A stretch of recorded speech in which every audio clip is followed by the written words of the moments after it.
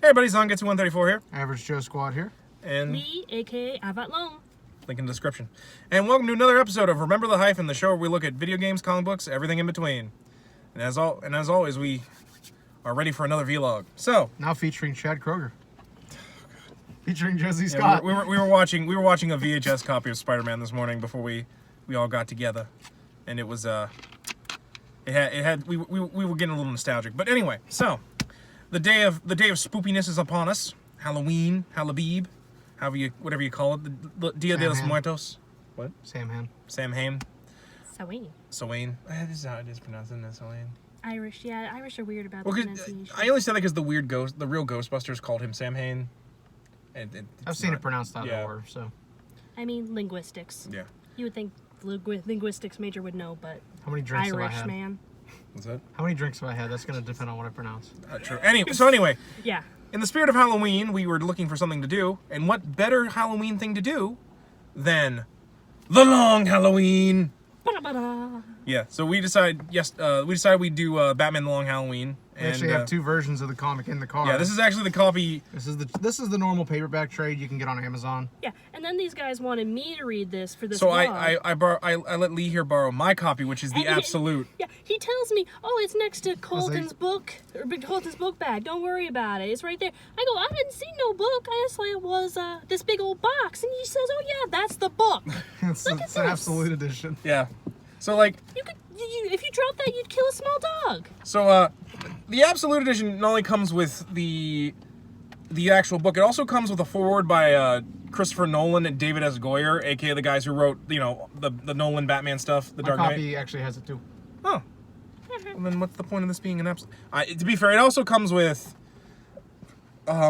basically the treatment for the Long Halloween. Plus mine has all the concept art in the back. Actually, mine has the concept art too. $70. But you could have just got the normal trade. But for real though, this also has like much better coloring, I think. I mean, they have the same, but like, I feel like this one has a lot better. It's probably just because book people are nuts when it comes to this stuff. It's probably like the binding and how it's got a bookmark and everything. Yeah. It's a nice tabletop edition, basically. It is. Granted, I do wish I had the absolute year one because I love year one so much. But so anyway. So, well, I mean, year one is important, but actually to this book. So, a little background on this story. When they were coming up with the idea for the story, they wanted to do, basically, Jeff Loeb and Tim Sale, the guys who wrote and drew this respectively, had did a couple Legends of the Dark Knight Halloween specials. And so they were sitting around, at the DC, annual retreat, like, what can we do for Batman? And at the time, Batman was going through a bunch of crossovers, particularly, he just got done with Nightfall, the whole thing with Nightfall. Then you had Contagion, Cataclysm, No Man's Land. Basically, they wanted to make a Batman book that you didn't have to read all sorts of stuff about. Kind of like Killing Joke. Yeah, kind of like you don't really need to read a whole lot to know what's going on in it. And so, I forget who exactly, but I think, basically Jeff Loeb was like, hey, is Frank Miller going to do anything with those Mafia guys that he introduced in year one? If not, could we do something with that? And so they created the idea that basically this would be Batman year two. Except that there already was a Batman year two, but that comic sucks. Yeah, that comic is universally garbage. It's stinky. And so more or less, pretty much everybody considers this year two, especially because it pretty much takes place after. Well, okay, with some exceptions. There is technically a story that takes place in between this and year one, which was Batman the Man Who Laughs, which is the first introduction of the Joker. Because at the end of year one, Gordon's like, we got a big problem. There's this guy calling himself the Joker. He's threatening to poison the Gotham water supply. That's actually a reference to the film that inspired the Joker partially, too. Yeah, The Man Who Laughs. Which is an all kinds of fucked up film. And if you've watched any of the Nolan Batman films, pretty much all of them steal from this or year one. There you go. So he's even on the cover because he basically rips off this whole comic for Dark Knight. So anyway, what was everyone else's here connections to the Long Halloween before we get into talking about the story itself? I like the Catwoman costume for Arkham City. Yeah. Well, no, I obviously this was really my first time reading it. I had read parts of it. I'd seen YouTube videos on it. I obviously heard about it through other stuff. Like I said, like the costume for Catwoman being in Arkham City as a DLC. And I kind of always read that everybody really held this one in year one in pretty high regard. It's probably one of the top 10 Batman stories I frequently see listed as the top 10. But like I said, I'd never actually sat and read it. And so this morning, like I said, I primed this out a couple days ago. It came in the mail. Sat down this morning and read it in about 2 hours. You know, it's a pretty quick read if you just sit down and read it. And I was honestly not disappointed at all. This was actually so much better than I thought it was going to be. And I mean, that's not like me saying I went into a thing it was gonna be garbage. Obviously. It's like I went into it. It's definitely on par with probably top 5 Batman stories I've ever read. Probably top 10 comics I've ever read. Period. Probably. I mean, considering that I'm new to DC in general, like this is one of my first full stories I've ever read through DC, and it was honestly solid, and it wasn't the total grimdark that I expect from out of Batman from what I've seen in media recently. It was a nice change because it was dark, but it wasn't the over the top. Martha. Yeah. Why'd you say the name? Yeah. it had its moments of darkness, but like it was still it was like a suspense story. It was really nice. Because my background is in manga, big surprise. So having this be my first DC story, I'm actually really happy with it to be my first DC story. We're sorry that Catwoman wasn't the cat girl you were hoping they would be. Oh, believe me, she was. It could be worse. It could be Halle Berry. Yeah. So anyway. So yeah, what's funny is I didn't actually read this first. I actually read Dark Victory first. Did you really? Yeah. The sequel to this. Because there's actually 2 sequels to this. There's Dark Victory, which is basically year 3, especially because it also is the introduction into this version of Robin. And isn't there actual year 3? There is a year 3. That's actually the original version of Robin. The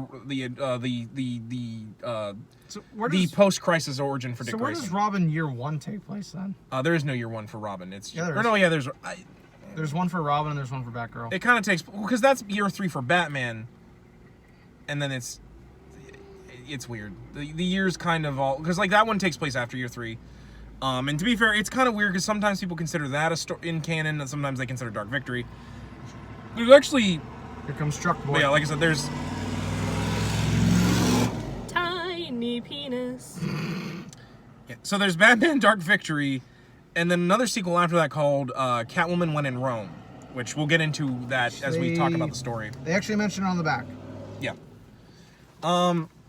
So yeah, it's kind of funny we are doing this for Halloween because while the first and the last issues take place on Halloween, this actually stretches out through a year. On all the major holidays. Yeah. Well, most of them. So basically, the story opens on Halloween. Actually, it starts before that. It starts 6 months before the first Halloween in this story, on the wedding of Johnny Viti, the nephew of the Roman, aka Carmine Falcone, and it's pronounced Falcone. The movies pronounce it Falcone, but it's pronounced Falcone. It's Italian. And also, even then they get a British dude to play Falcone, and the hell are you? Yeah, they had Eric Roberts because he's so popular. He should have been in The Dark Knight. So anyway, and basically one of these days we'll do our long-awaited, if I may, our long-awaited Nolan Bash Fest, known as the retrospective of the Nolan films. And so the book actually opens, and as you get through it, you realize just how much Tim Sally and Jeff Loeb steal from The Godfather. It opens with a shot of I think this is Bruce Wayne going, "I believe in Gotham City," which is pretty much the opening of the original Godfather film. Also, all the covers are really cool too because they've got like a theme for every single one. This one, of course, being with a cat for Halloween because Catwoman's in it pretty much. And so basically, he's trying to get Bruce to, because he's one of the members of the Gotham City Bank, because he wants to use the bank as a money laundering outpost, and Bruce is like, "Nah, I'm not going to do that. Not about that life." Because he's Batman. And as this is going on, they talk about how like Bruce's father kind of potentially worked for the Roman, which as we, if you've read the story or read any Batman story, you know that's kind of not on the up and up.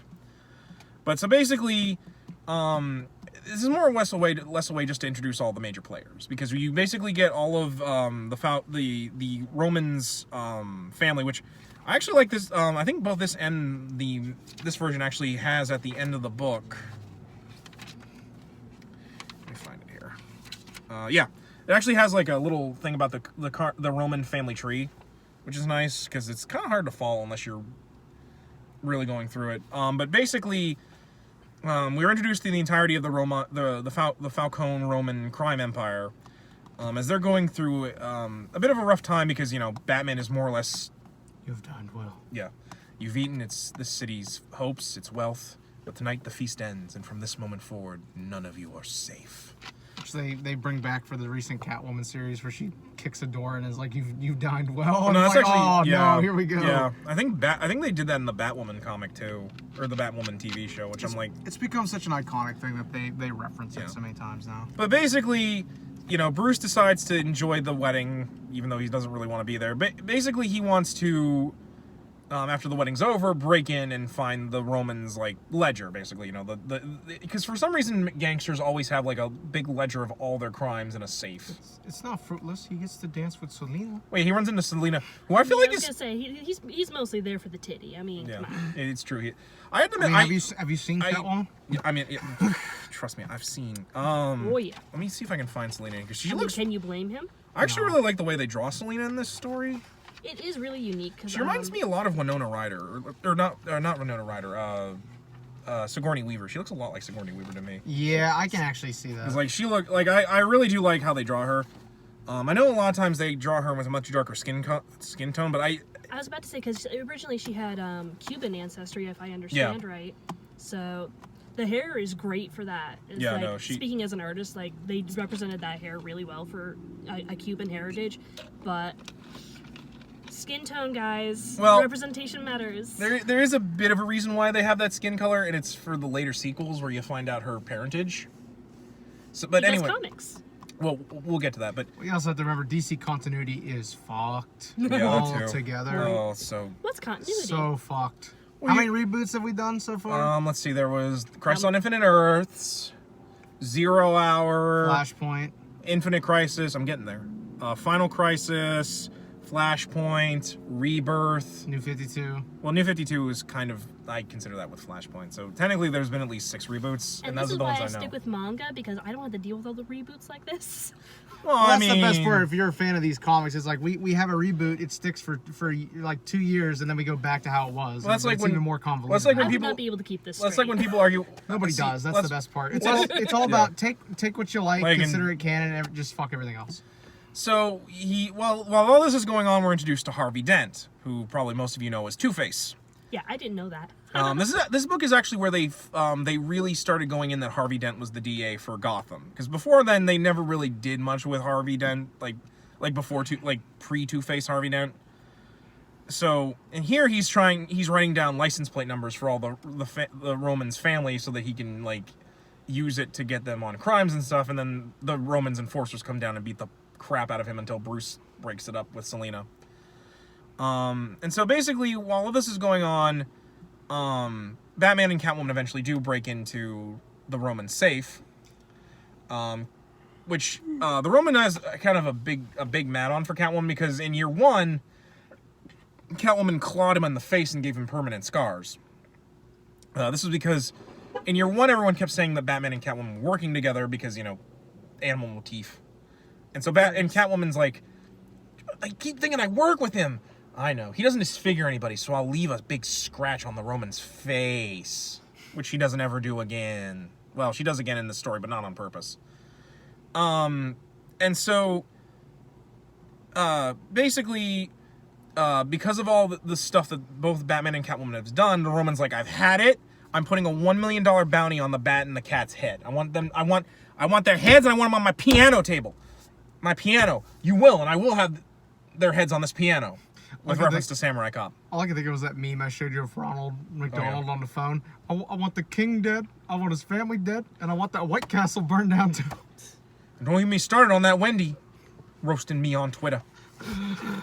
But and so basically, due to all this stuff, Batman of course presents the ledger to Commissioner Gordon, and Gordon's like, all right, we need to start bringing down the crime empires in Gotham City. So he gets Harvey Dent and him together, and they decide to form a group to bring down the Roman criminal empire. They'll bend the law, but they won't break it, which is actually, again, something that was taken from The Dark Knight, or The Dark Knight took from this book.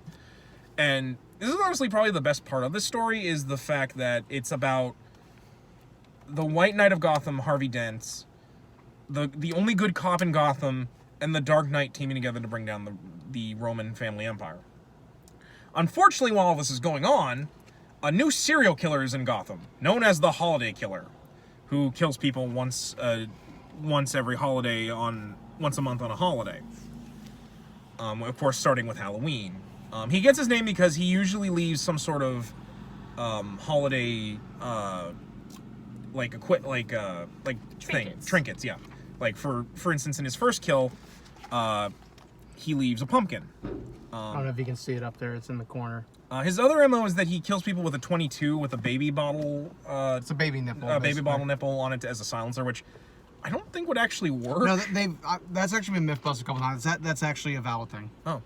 Well, I don't think it would work the way especially because it's not a very good one. Well, that, and he also usually shoots twice. It's kind of like how, have you ever seen the movie Shooter? Yeah, I've seen the movie Shooter. You can use, as a flash finder, you can use a water bottle. Yeah, I've seen, there's an episode of CSI where a kid, like, uses a pop bottle as a silencer. Yeah, it depends. There's some are more effective than others, but that's beside the point. But yeah, and so basically... Making me sound like I'm a fucking serial killer over here. And so basically the plot basically breaks down into the Romans and the Maronis, the other crime boss family, basically getting into kind of a war because they don't know who the Holiday Killer is, and he's killing people on both sides, while Batman, Gordon, and Harvey Dent are trying to bring them down while subsequently trying to stop the Holiday Killer. So, and while this is going on, the Roman decides, the Holiday's killed enough of my men, and I don't want to do this because we've all agreed not to. I'm going to start hiring the Freaks, which is basically the name of their interpretation of the Gotham supervillains. So, he hires a bunch of different ones. I know, I want to say Mother's Day. Yeah, Mother's Day, they hire the Scarecrow and Mad Hatter, and because he wants them to try and stop, or no, he wants them to launder money because Bruce Wayne has refused to launder money. He also hires Poison Ivy, which this Poison Ivy is the weirdest looking Poison Ivy. I just had it. Give me a second. Also super creepy. It's like the Poison Ivy in this is like, it's like she's constantly covered in ivy. Well, and I know they did that because it's supposed to be St. Patrick's Day. Yeah, and it's also sense. They also constantly reference the green, which is like a DC thing. That's where Swamp Thing gets his powers. There's a great scene of Selena kicking Ivy's ass in this. Oh yeah, where she's like, "You're mine, Poison Ivy, all mine," which I'm like, context. But and so basically the idea is basically this is the end of the mafia in Gotham and the rise of the supervillains, basically. Which is in my opinion, one of the best parts of this story, because you get to see all these really interesting this really interesting story about how Batman's trying to stop things, but the more he does, the more the supervillain side of things is starting to become prevalent. And in fact, Jim Gordon's even like, they go to Arkham Asylum to talk to the Calendar Man, which is actually, if you've ever played the Arkham Asylum and Arkham City games, this is actually where that interpretation of the Calendar Man comes from. Basically that he's a serial killer that kills on certain days, days according to the calendar. For those who don't know, Arkham City Easter egg. Yeah. If you go to him on different days that your PS3 or PS4's internal clock is set at, he has different dialogue. He also has like and if you visit him on all the days, you get a trophy. Yeah. Which is why most people just go in, hack their internal clock and just change it, because nobody's waiting around all year to do it. Especially because if you're in the middle of like some story arc, you can't really get to the GC or the courthouse. Yeah. So yeah, that's the basic premise.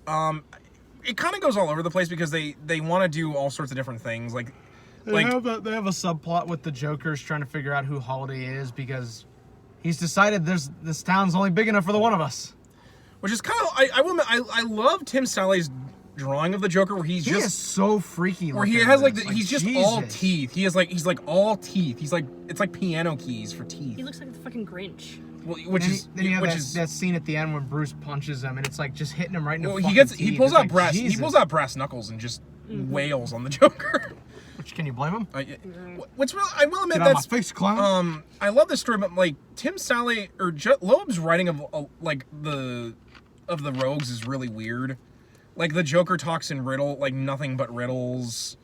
The Mad Hatter talks in nothing but Alice in Wonderland quotes, which is not how the Mad Hatter actually talks. Scarecrow talks with some weird... It's nursery rhymes for some reason. And I'm like, that's not Scarecrow. We gotta find that splash page of the Scarecrow riding on horse. Let me see if I can find it. When he breaks out, it's so cool. He's on horseback, and it's just awesome. But yeah, I think most people mostly know the story more for the fact that it's the definitive origin for Two-Face. Do you remember what day it was he broke out? It was Mother's Day. Mother's Day? Okay. Because like Bruce gets hit with the Scarecrow toxin, and he freaks out as Bruce, because Harvey Dent has decided that like he wants to look into why Bruce Wayne's ties to the Mafia. And so, like, the cops are chasing after him, and poor Bruce is freaking out because of the Scarecrow toxin. And eventually, he finds his way to his mother's grave, and he, like is by it. And it's really it has this very heartbreaking scene where one of the main reasons the Waynes got held up is because Martha had on her, like, pearls. Yeah, it's mentioned in this that Bruce convinced his mom to wear them that night. Yeah, because she only wore them for, like, special occasions. And Bruce is like, but couldn't we make this a special occasion? And I'm just like, oh, that's... And then, like, you can see him, like, he wanted the pearls. And it's just like, oh, this is heartbreaking. Yeah. We also get, I also really like the scene on Father's Day where Bruce remembers the night, basically, the Roman's father gets shot by a bunch of gangsters. And he brings them to Wayne Manor because Thomas Wayne's a doctor. And he's like, and so Bruce, of course, or Thomas is like, Alfred, get my bag. And Thomas is like, he really should go to the hospital. He's like, no, if he goes to the hospital, the Maronis will kill him. Which is another reference to The Godfather. Yeah, there's a lot of references to both The Godfather and Godfather Part 2. Pinnacle mafia movie. To be fair, though, I do like Carmine Falcone's design in this. He kind of he reminds me less of Vito Corleone and more like young Vito, like from Reminds me a lot of like Marlon, honestly, too. Yeah. Look at how they massacred my boy. But And they will come upon you to call upon you. But I love the scene on Father's Day where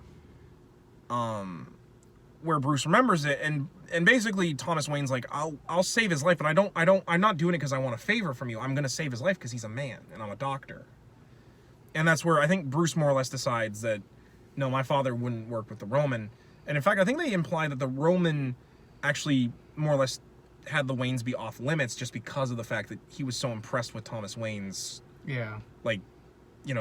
regardless, like he's not like a bad person. He was like one of the beacons of Gotham City. Because doesn't Alfred too? Because later on they have Bruce on trial because they think he's working with him, and he gets acquitted really, really quick. Well, doesn't Alfred bring up too that it's like, that like Thomas Wayne was like the best man I've ever known, and then he got murdered months after this, and he's like, maybe Gotham hasn't changed at all.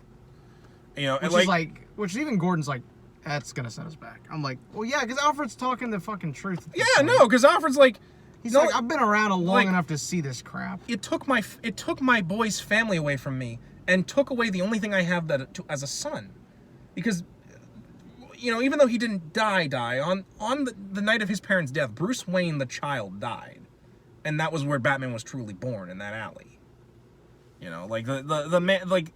Bruce could have had a much different life if his parents hadn't died. All I can think of is there was a comic back in the 70s where these guys jump this old lady near Crime Alley. Yeah. Where, Bruce is obviously there as Batman just paying his respects. And the guy, the poor crook who has no idea, pulls a gun on Batman. And he's just like, you dare pull a gun on me here. Of all places. And Batman's like, oh God, or the criminal's like, oh God, I don't know what this is about, but I screwed up big time. He just gets annihilated, basically. Actually, in Arkham Origins, there's a serial killer, there's a guy who murders a couple of socialites on Crime Alley, the exact same place where his parents were murdered, and they were actually good friends of his.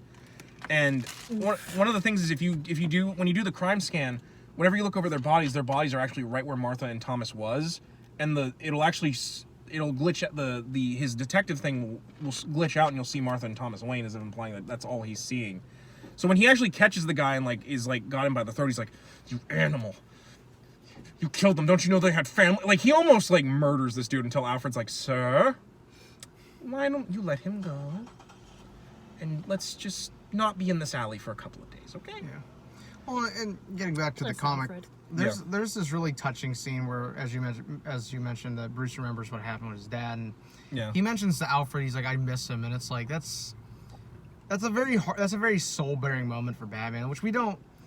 It's the more human side that I think a lot of more recent interpretations, especially in film, don't get, because he's Batman, and he's the symbol, I'm the knight. Yeah. But at the same time, he's still a man. He's still a man. He's still got he's got emotions and feelings and thoughts like everybody else. And that's one of the things I think makes him so interesting, because for all of his money and power and skills and stuff, he's still just a sad little boy in a playsuit crying for mommy and daddy.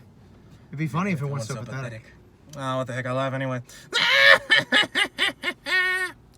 Because we always go back to Batman Beyond.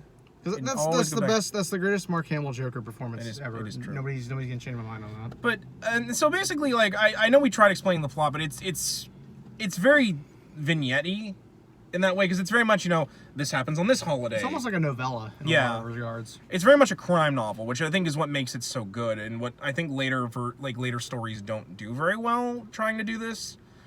And of course, honestly, most people remember the most important moment in this, where basically Maroni's like, "I'm going to testify against Falcone," and Harvey's lawyer aide, I don't know what they're called, his assistant or something like that, district DA assistant, basically, gives him heartburn medication or ulcer medication, which of course is the battery acid that Maroni threw into Dent's face, turning him into Two-Face.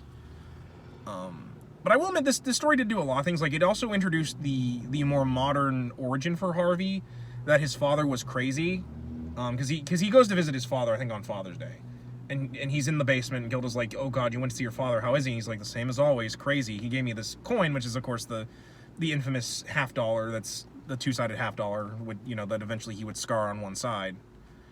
But honestly, it really is, because it really shows how much Harvey falls. Because you can clearly see that he's basically just one step away. He's on the knife's edge from you can really tell where Nolan brought a lot of his inspiration for Two-Face in from this. It's about what's fair. Yeah, there's so much of what was in Dark Knight that is in this. Yeah, granted, it's not nearly as long Halloween. Yeah. For instance, the infamous part with the burning money pile. That's not the Joker who does that. In this, basically, Batman and Harvey find the mob's money pile, basically, and they just light it on fire. Yeah, and that's one of my favorite, because Dent's like, if we were two different guys, and we were in this big room with all this don't. No. Yeah, but don't. I love Batman. It's not about money. It's about sending a message. I'm just gonna burn my half. But if you're good at something, never do. So I guess we could probably just talk about the good and the bad, really. Yeah. What did you like about it, Lee? Because we've kind of. I did like that it was in that vignette style that you were talking about earlier, because it made it easier for me to swallow being new to this. But I also just like that how themed it was. It wasn't over the top like a lot of modern comics do. It's bang, pow, and in your face bright colors. This was, you didn't quite catch that it was about this holiday until the actual murder occurred. Yeah. And it wasn't just that it was the trinkets and whatnot that influenced it, but it was a specific person was also selected because of the holiday. So it was nice to see that all the thought that the writer and the artist together put in to build that suspense and make that revelation happen. Yeah, no, I think the hardest one for them to do, was August, because there's no real holiday in August. So they just made that it was the Roman's birthday and called it the Roman holiday, which is a thing, but it's not what it is here. In fact, I don't even think he leaves a trinket on the Roman's birthday. I know he kills somebody, but he doesn't leave a trinket. I actually was going to ask you, did you think Alberto was gay? To be honest, because no. that's a fan. I don't really think that either. Because like the idea with Alberto Falcone is that basically he's Fredo from The Godfather. He's the son that like. Look at you, Mr. Alfredo. Well, he was like you're the son that's gonna be legit. You know, you're gonna be like a lawyer or whatever. You're not gonna be a part of the business. A lot of people like to interpret that he's gay because like his father keeps wanting him to go talk to ladies and dance with women at like the wedding. I don't really think that I've never really interpreted that as. I think it more he's just very much like I want to be like a gangster. I don't think they did one for August. I think you're thinking of Independence Day. Well, no, the chapter with like the Roman's birthday is called Roman Holiday. At least I thought it was called Roman Holiday. It's not what it is in here. Keep going. I'll look for it. Okay, but like, because I've seen people's interpretation of that, and I don't really know if I could argue that. I mean, speaking as a queer person, I did not get any queer vibes from anything in this story. I'll be honest. Oh no, like, you're correct. My bad. Yeah, that's August. The Alberto like certainly had that more effeminate design where he looked smaller and weaker compared to the rest of the family. Especially his sister Sophia. His sister Sophia is literally a giant, thick. so like, ooh, so thick. Super thick. But it was more that he was just the classic beaten down son, like where you could tell that he had been spoken over and domineered his entire life, more than say he was like a pretty gay, like he was metrosexual or anything. It was just that he'd been told to shut up all his life. Which is such a shame because like relating more as a depressed person than a queer person. That's how I felt. Especially because like you could clearly tell that like the Roman really was like when Alberto dies, like you could tell that really like drove him to the edge. Especially because like he even says, you know, like I'm in a den of vipers. Like there's only one person I can trust, and that's Alberto. Because especially because like when it's revealed that Alberto is the holiday killer, well we'll get to that, but. He was like, but like Alberto's like, do you remember when my birthday is? Like, I bet you didn't even, which is weird. Father's Day. Yeah. Independence Day. No, you had to work every single year. It's like, oh, Jesus. Especially because like Batman even says, but like that was probably put on for them because because he knows the Roman visited his son's grave on his birthday, which is Valentine's Day. Which. That Valentine's Day issue is so saddening for me because poor Bruce doesn't even get to spend it with Selena. He has to spend it fighting. Is it worth it? Yeah. Nobody talks to me like that. Yeah. I love that because like Selena gets the gun away and then Bruce is like, you didn't think I could get a tiny little gun away from a tiny man? Oh yeah. Oh yeah. When he kills Maroni, he was gonna kill Commissioner Gordon. He kind of spends it with Selena. Remember they have that Oh, yeah, scene where they're dancing and he buys a rose. Oh yeah, and then Poison Ivy happens. Yeah. Also, fun fact in the sequel, Dark Victory, because so basically they know that the killer's gonna try for Maroni. So Batman dresses up as a SWAT officer, which is hilarious when he takes because like he's got the little cowl on, and then I always love when Batman's in disguise like that because when he takes off whatever hat is on, it's just the Batman cowl over regular clothes. Like in Batman the Animated Series in Feet of Clay when he pretends to be a janitor.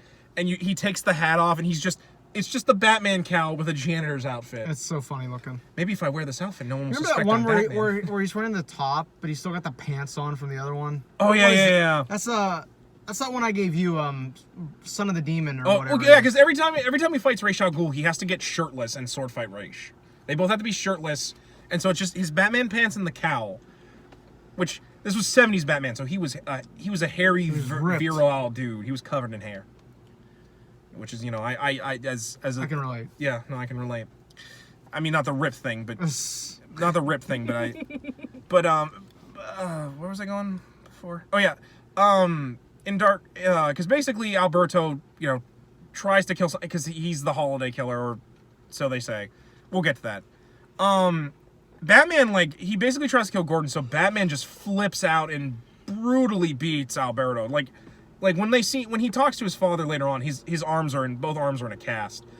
In Dark Victory, you actually see what happens when a normal person gets beat on by Batman. Like, one of his arms actually gets so badly damaged, it's shriveled and has to be, like it literally gets... It goes, like, Stalin style, basically. Yeah, it gets all shriveled and...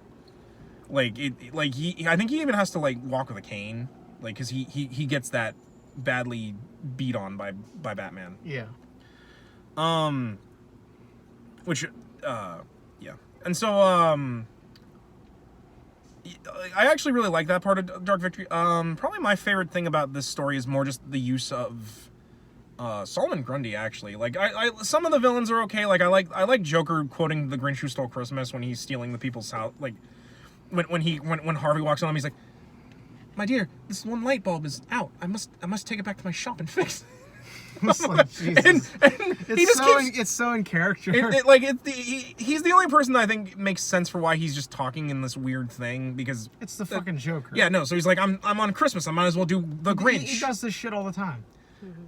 Although and then I also do love when he steals the biplane to try and ask everyone what Joker talks. And he's like, "Oh, it's New Year's. Am I going to get a kiss?" And then Batman just grabs him by the throat. "Guess not. Guess that's a no." You know, I went through all the trouble of stealing the plane. They couldn't have given me one that actually flies well. And he's like, "Oh, it's you. Dead weight." Dead weight.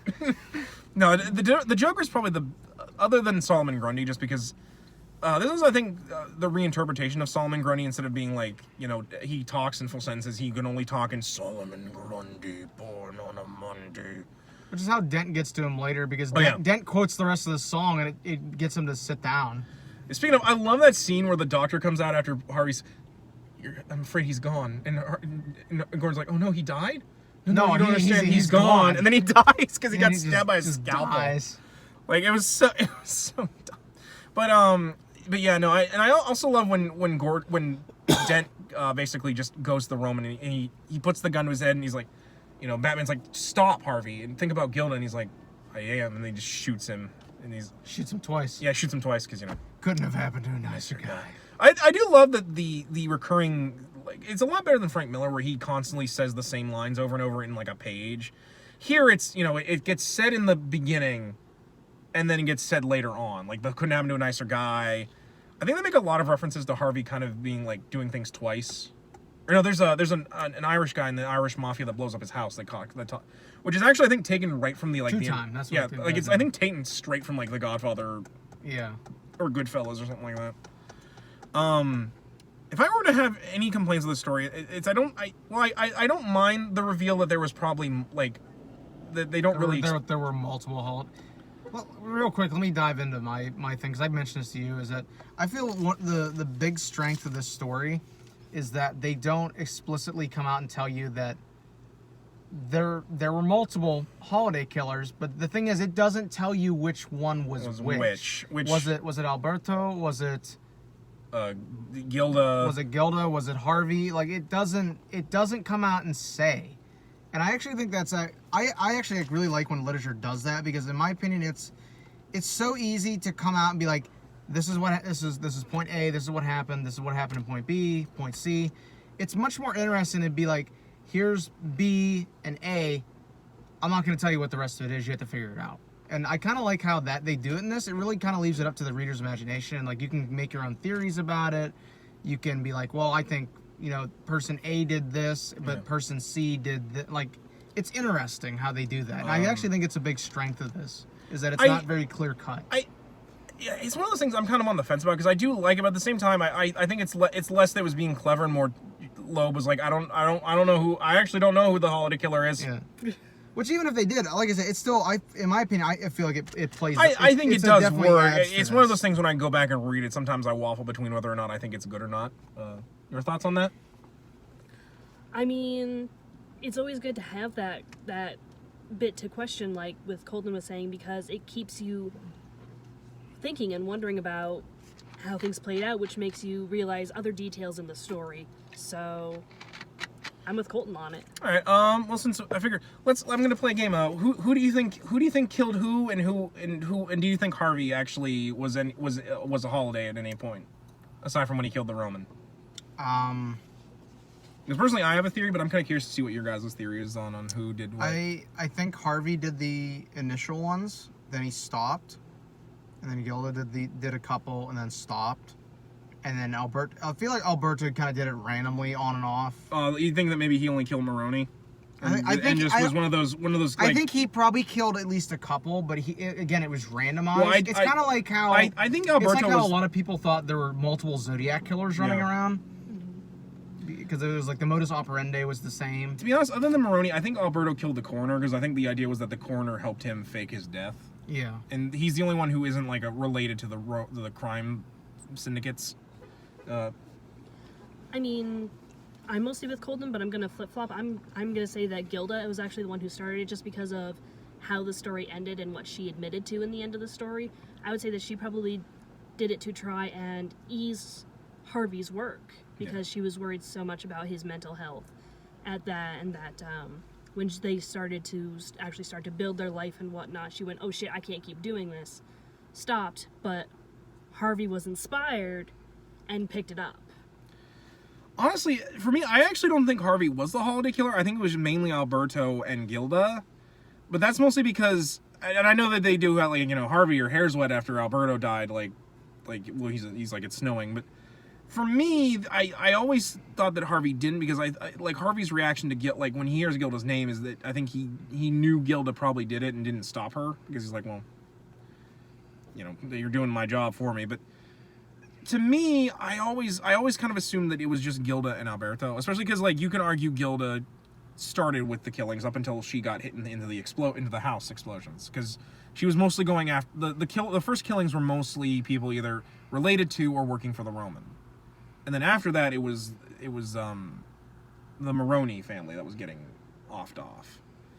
But I mainly say that just because it seemed like Harvey was so surprised when mention of Gilda, as if he finally realized that, yeah, I might as well say that there were two holiday killers, and to kind of throw off that Gilda was the holiday killer. But, and I know she does say, you know, I think you might have done some, but for me, I always think the interpretation is that Harvey doesn't cross the line until he becomes Two-Face for me. At least that's how I interpret it. Because I don't think Harvey would have crossed the line until after the acid being thrown in his face, because that's where his madness is finally unleashed. But that's just my interpretation, because It's actually all Alfred. Alfred's killing everybody. I mean, I could believe that.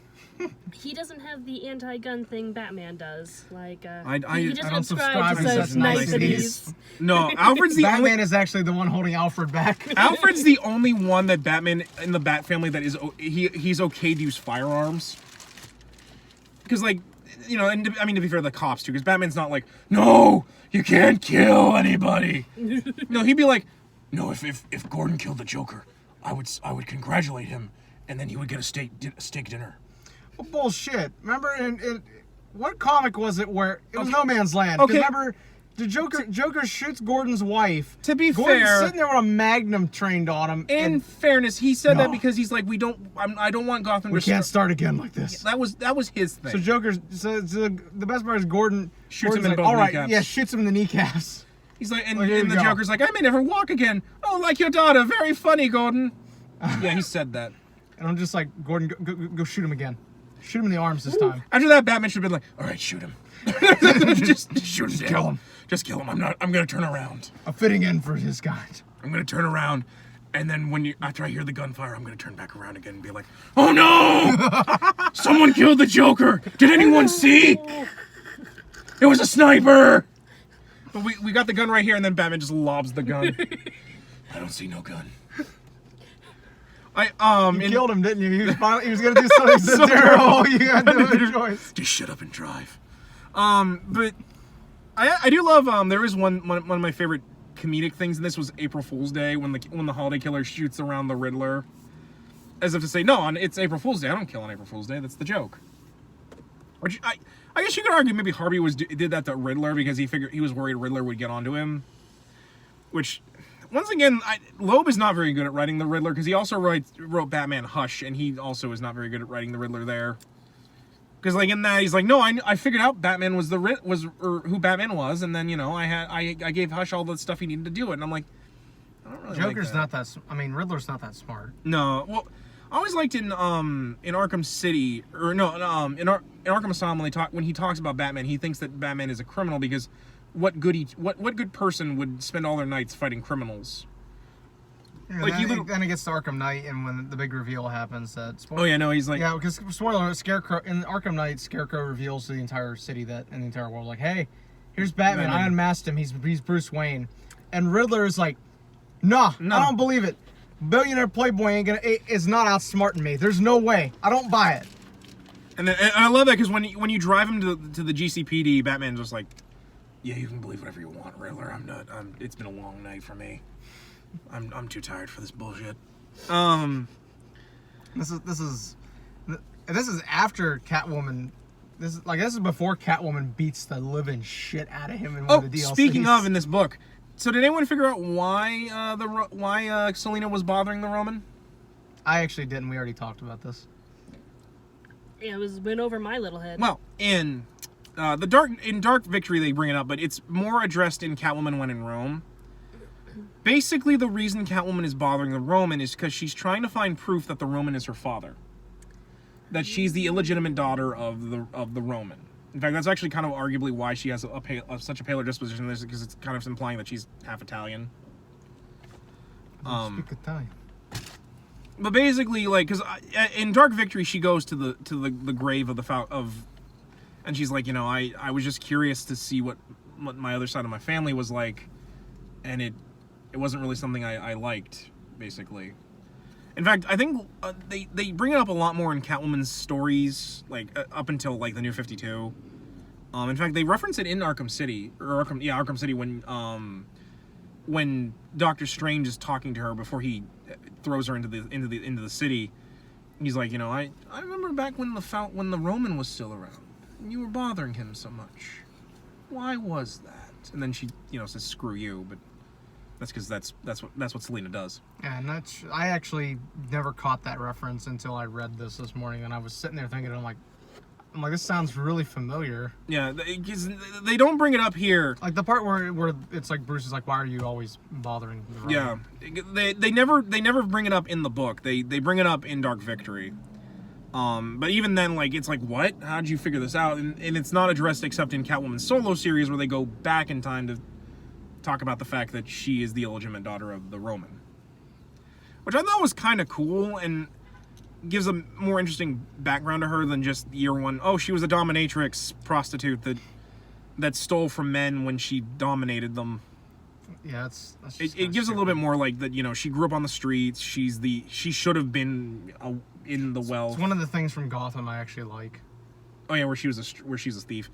To be honest, I kind of like more the retcon where she didn't actually sleep with people for money, that she just, used that as a front to steal from, like, idiots that were dumb enough to get tied up and let her steal their money. Granted, it doesn't really help the fact that her friend Holly was a 13-year-old prostitute. Yeah. Yikes. And that, like, I mean, she protected Holly, but, like, it was implied that, like, that she didn't want to leave, like, the pimp had control of her. And I'm like, Selina Kyle does not let men control her. And that's not how that works. Yeah, because I think later on they retcon that, like, Holly was just a street urchin that Selina picked up. But yeah, that is my only other complaint, is that they bring up this thing with Catwoman, and then it's not addressed until Dark Victory, which was, like, 2 or 3 years later. So, like, you are wondering, like, why is the Catwoman just messing with the Roman all the time? You could argue it's kind of like how they don't really say who's the holiday killer. It's to leave you guessing. Like, well, why was Selina bugging the Roman? I mean, yeah, that's true. Why was she always around? It's like, it kind of leaves it up into interpretation. Well, it's much like how, like, they were like, Frank Miller wasn't going to do anything with all those gangster characters he created. So I'm like, you just did that, and then... I get they were probably kind of going to do a sequel. You guys want to talk about the sequel? Want me to explain the sequel to you guys? Yeah. Time is it? I can do it pretty briefly. Yeah, go ahead and do it pretty briefly. We're at 48 minutes, so go ahead and do it pretty briefly. Okay, so basically in Dark Victory, there's a new serial killer called the Hanged Man, who leaves hangman clues that Batman has to figure out. Well, it turns out, you remember Sophia, how she falls from that building? She doesn't die.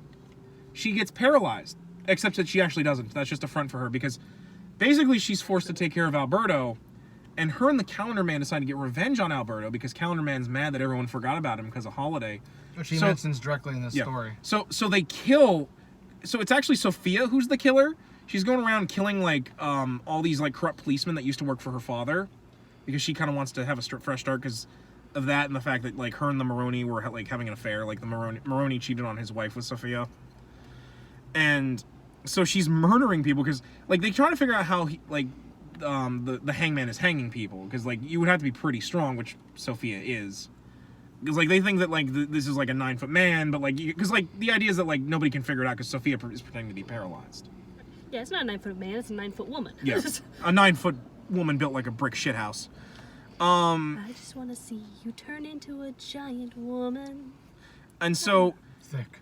while all this is going on, Tony Zuko, of course, kills Dick Grayson's parents with rope and stuff, and so Dick becomes Robin.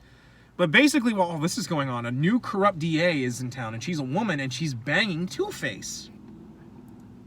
What? Yeah. It's actually kind of cool because they bring up the original commissioner before Gordon. They bring up Commissioner Loeb, basically all the corrupt cops from year one, and they get killed. Which is also kind of awkward because they bring in Chief O'Hara from the TV show to be the first victim of the hangman.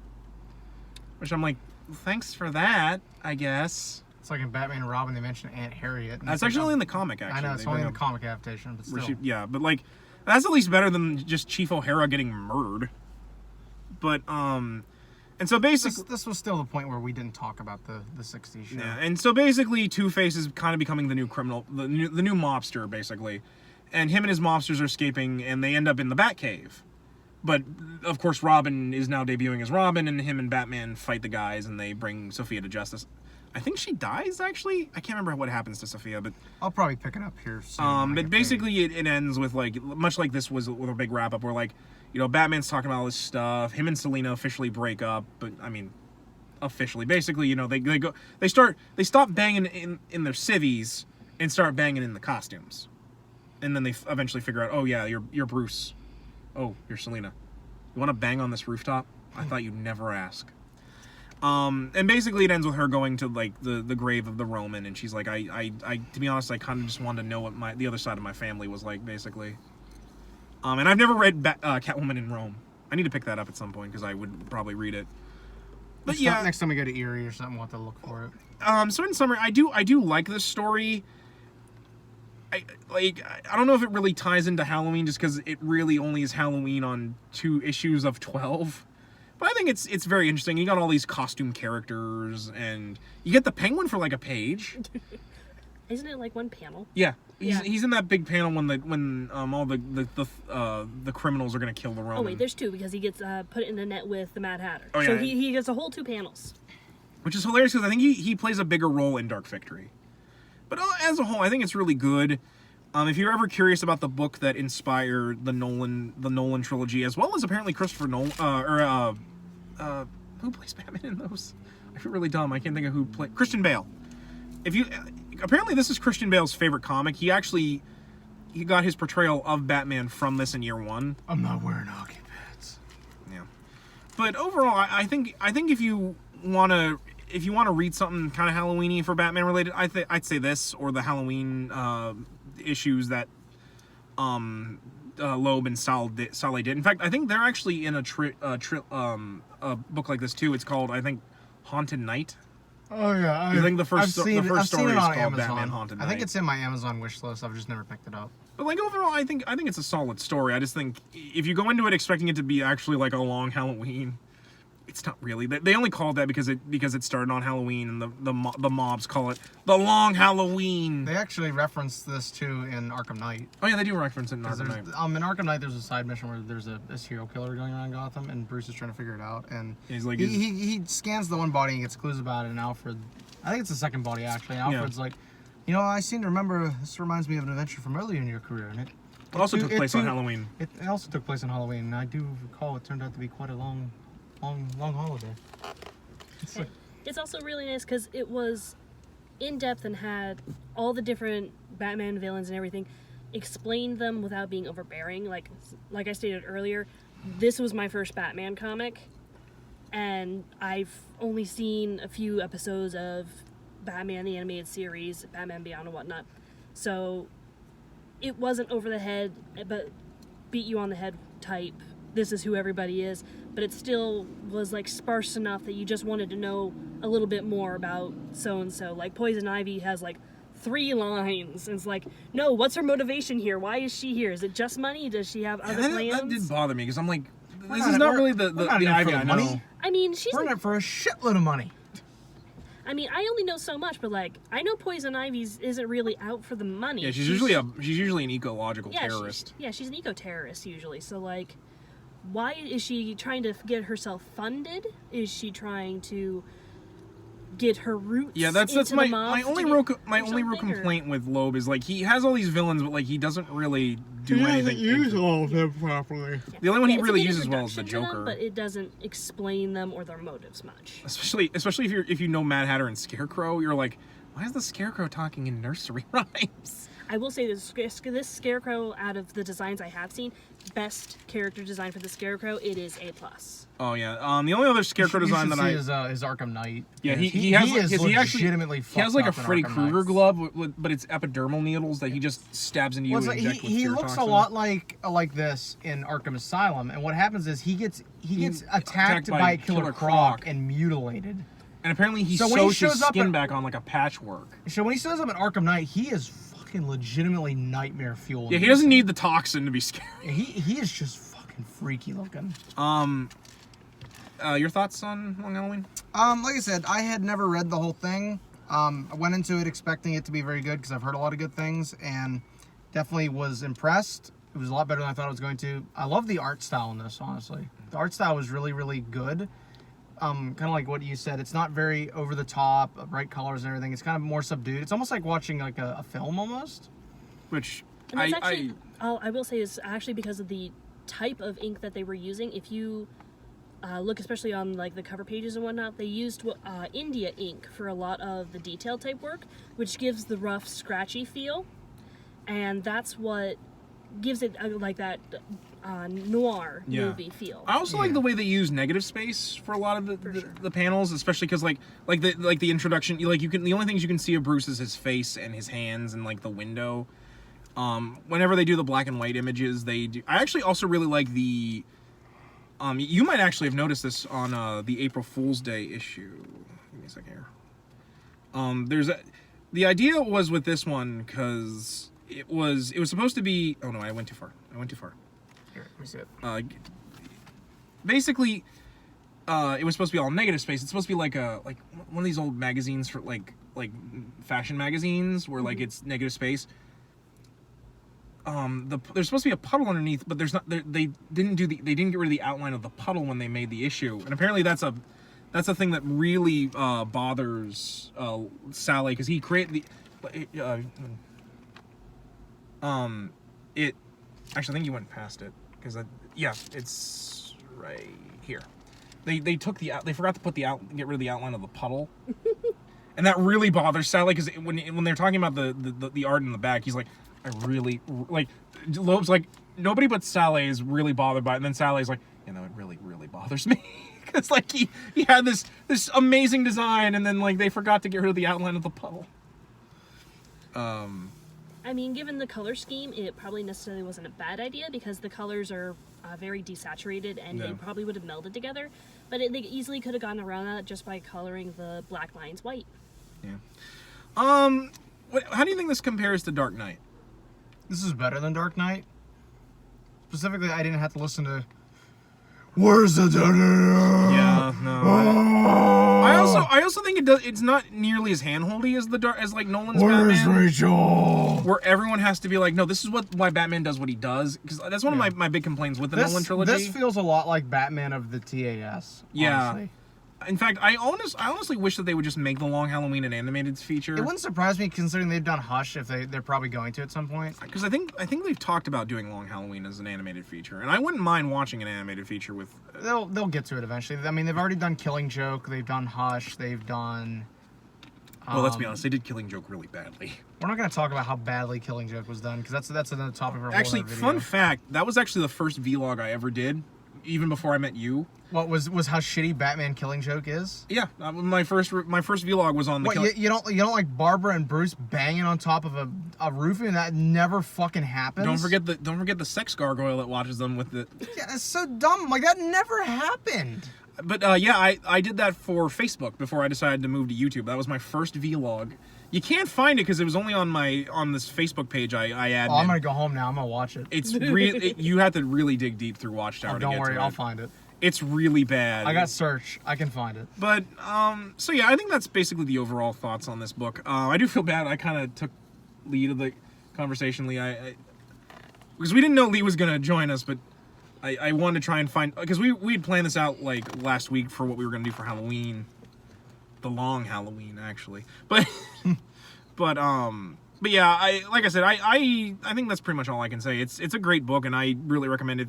If you have to read any Batman stories, this is not a bad place to start. Although I would arguably start with year one. And I mean, you can ask him. Like I said, I'm pretty familiar with Batman stuff, but I've been starting to reread everything. You can ask him. I've been reading Golden Age stuff from the beginning. That's what I've been reading. I jumped off from Golden Age, like number 39, to reading this, and I'm like, okay, it was pretty flawless. Now maybe next year for Halloween we could do Batman and the Monster Men, the Matt Wagner retelling of the first story of appearance of Doctor Strange. Oh man, you don't want to do Marvel Zombies? Well, I mean, we could do Marvel Zombies, but there's not much to talk about Marvel Zombies. Yeah. It's just Marvel really Apes. We could do Marvel Apes. Basically, all the Marvel Universe characters are apes, and Spider-Man's the Spider Monkey. It's Planet of the Apes. Yeah. But I think that's gonna wrap this up. So once again, this is Batman: The Long Halloween. Come back next. Well, I'm not sure when we'll be doing it again because our hours have changed. So I'm not sure when we'll get together to Those do. don't change for. I thought you said they didn't change till November. I thought it was the 1st of November. I thought it was. I thought you said late November. Oh. So we'll figure it out. Find out. If not, we'll be back to doing the late show edition of Remember the Hyphen at 12 at night. Oh. Walking around Walmart at 1 in the morning waiting for the video to upload. Oh my god. What movie was that we watched? Spider-Verse. Oh yeah, that was Spider-Verse, wasn't it? Well, didn't we do another one recently? Oh yeah, it was Endgame. Yeah, we did Spider-Verse, Endgame, and Captain Marvel. And Shazam. We've done a couple. Especially because we're coming up on our 1-year anniversary. We should just do a 1-year look back at Spider-Verse and how it's held up. We probably could do that. But anyway, guys, I think we'll wrap this up here. We've gone on for an hour. So once again, this has been Remember the Hyphen, and as always, we ask you. Review the Hyphen. Yeah, I did that once. But anyway, guys, I think that's gonna be it. I'm Zongetsu134. Average Joe Squad. And Avat Loam. And remember, as always, we ask you, remember the hyphen. Take care.